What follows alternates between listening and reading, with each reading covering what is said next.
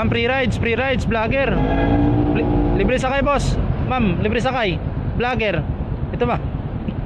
Saan ba kayo, ma'am? Tara, ma'am. I-follow mo lang yung page ko, ma'am. I-follow mo lang yung page ko. Ito, ma'am. Orly. Ito, ma'am. Para maniwala ka. Ito. Yan, ma'am.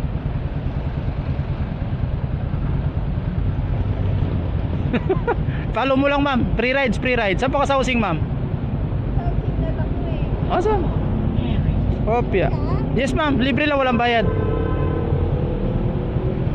Sige, ma'am. Ngayon ka lang makasakay ng ano, ng free rides. Mahal na gasolina mo, di ba? Sige, ma'am. Opya. Housing. Opya. Okay na, ma'am? Okay na, thank you. Opya. Kanina pa kayo dyan, ma'am? Was. Oo, puno eh. Oh, kasi doon sa may pagdaan ko doon, ang daming tao eh. Sa may market? Yes, ma'am. Nandyan kasi ako sa kabila, hindi na ako makaliko doon, kaya maiipit ako eh. Kaya dumiretso na lang ako. Saan ka galing kuya? Galing ako Mandaluyong, ma'am. Kakatid lang ng free rides. Sige nun. Opo. Araw-araw po free rides. Totoo lang, ano, ma'am, security guard ako, ma'am. Tapos pag out ko ng gabi, yan, nagpe-free rides talaga ako. Kaya po may tumatapit eh. Yeah, thank you po. Baka may gusto ko yung shout out, ma'am.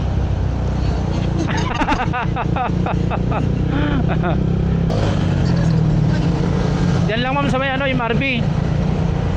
MRB Village sa may BCDA. Hindi. Kalayo ka pa kuya.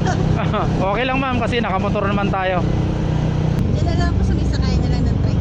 Masasakay na lang kayo. Sige, ma'am, sige po.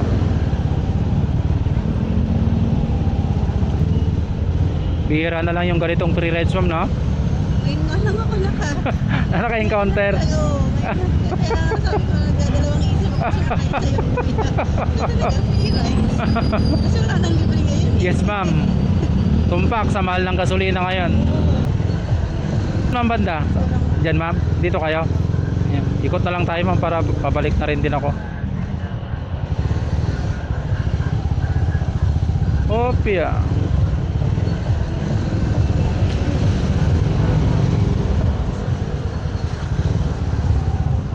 Thank you. So much, kuya. Dito, ma'am. Opya. So much, kuya. Ma'am, baka maano kayo, mama. Sige po. Ingat lang, mama. Ingat sa pagbaba. Opya. Sige, ma'am. Sige, ma'am. Ingat pa. Ay, wait lang, ma'am. Ito, ma'am. Ano po yung ano nyo? Opya. Saran ko na lang. Ito, ma'am. Ma'am, tingin po, tingin po. Sige, ma'am. Tingin po. Alright, so yun, mga katropa. Let's go.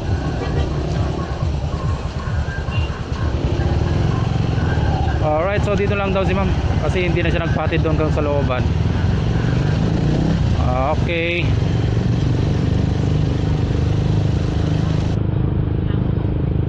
So ganun lang yung buhay natin, mga katropa. Importante nakakatulong tayo. Yun ang mahalaga.